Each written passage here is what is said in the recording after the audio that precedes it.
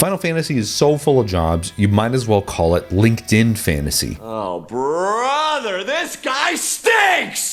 Throughout the years, there's been so many characters who fit into those classic job roles, as well as actual jobs for characters in some of the earlier games. And in today's video, we're going to cover what I consider to be some of the most iconic jobs in Final Fantasy and some of the more notable characters who represent those jobs in some of the games. Now, before we hit the list, don't forget to hit that like and subscribe button if you haven't done so already, and leave a comment down below. Let me know what your more iconic jobs are of the Final Fantasy series. So in no particular order, here we go. First up is the Dragoon, possibly the coolest one on the list and most known for its association with spear-wielding warriors who typically wear distinctive armor and helmets stylized with dragon motifs. Ever since the inclusion of the Dragoon in Final Fantasy III, the signature ability of Dragoons is the jump command, which jumps into the air and then lands on the enemy, dealing significant damage. While a Dragoon did first appear in Final Fantasy II, jump was not an ability featured at the time. When a Dragoon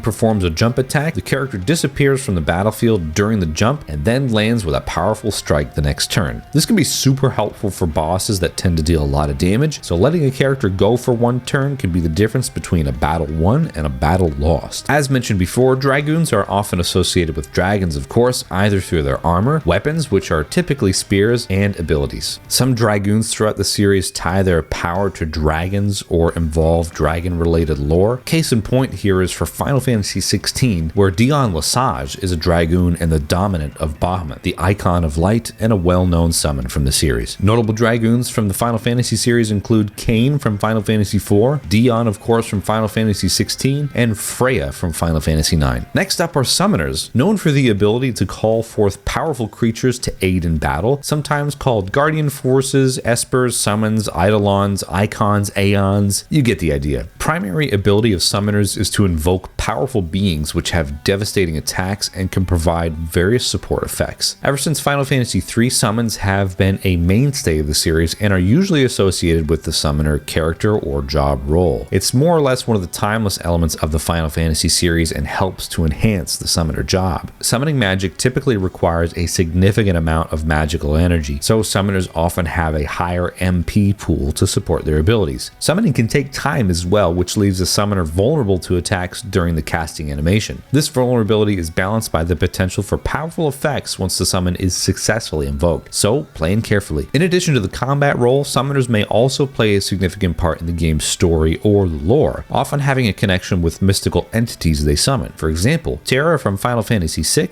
is a character who is a lot more in tune with the Espers than anybody else, and we'll leave it at that. Notable summoners from the Final Fantasy series include Yuna from Final Fantasy X, Garnet from Final Fantasy IX, and Rydia or Rydia from Final Fantasy IV. Possibly the most well-known job on this list outside of Final Fantasy fandom are Black Mages, and they're the spellcasters which specialize in offensive magic. Black Mages are experts in casting black magic spells, which are offensive spells that harness the power of the elements and are typically depicted wearing distinctive robes and pointed hats. Black Mages usually tend to have higher intelligence stats or speed stats, which allow them to deal more damage with their spells quickly and efficiently, and also again having a sizable MP pool to cast numerous spells in battle. In terms of physical defense, Black Mages are often portrayed as fragile or having lower physical durability. This emphasizes their reliance on magic and need to stay out of direct physical combat, typically in the back row if possible. As characters progress in levels, Black Mages can gain access to more powerful and advanced spells. This progression is a key aspect of the class, and in the original Final Fantasy, the Black Mage was the only character who was actually able to get me through that final boss. Thank you to Firaga.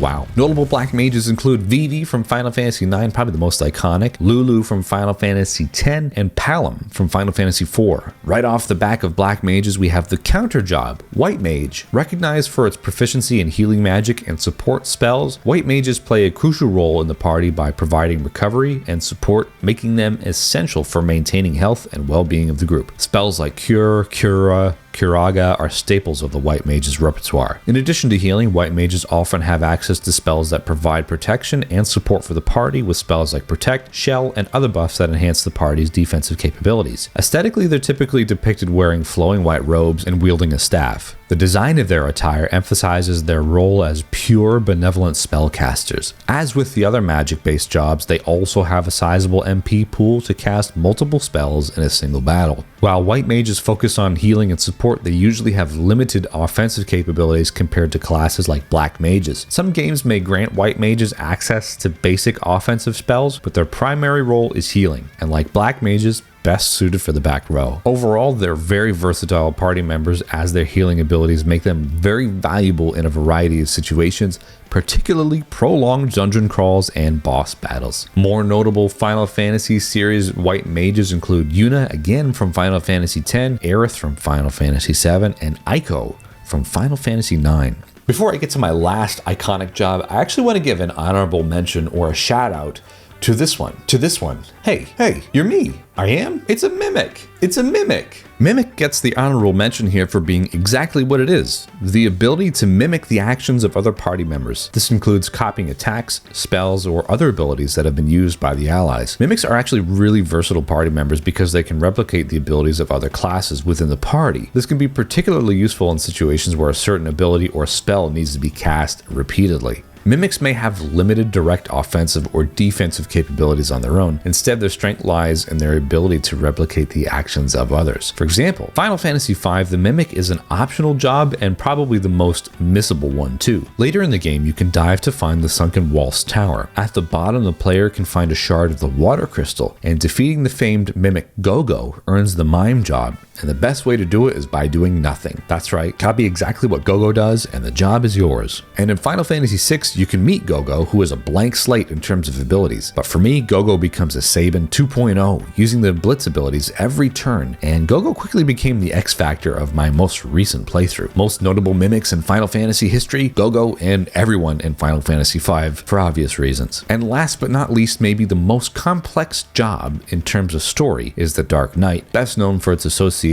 with powerful dark-themed abilities and often sinister-looking armor and weaponry. Dark Knights often wield great swords or similar large weapons and excel in dealing damage. They may lack the defensive capabilities of other tank-focused classes though. This emphasizes their role as heavy hitters rather than tanks in the traditional sense. Dark Knights are often designed to have higher physical attack power, making them effective melee damage dealers. Some abilities may come at a cost to the character's own health or well-being though. This self-sacrifice adds a strategic element to playing the Dark Knight, requiring players to manage their health and resources carefully. Dark Knights are often characterized by their dark, edgy, and sometimes brooding aesthetic. This is reflected in the armor design, color palette, and overall visual presentation. In many Final Fantasy games, Dark Knights play a role in the game's story or lore, often associated with the struggle against inner darkness or the pursuit of power at a cost. Most notable Dark Knights in Final Fantasy series are Cecil in Final Fantasy IV, Leon in Final Fantasy II, and a little bit of a stretch here, Barnabas in Final Fantasy XVI. So there you have it. There's my most iconic jobs, in my opinion anyway, in the Final Fantasy series. Do you agree with some of these jobs? Or what do you think your most iconic jobs are as well? I would really love to hear from you guys. But overall, Final Fantasy offers a really great variety of jobs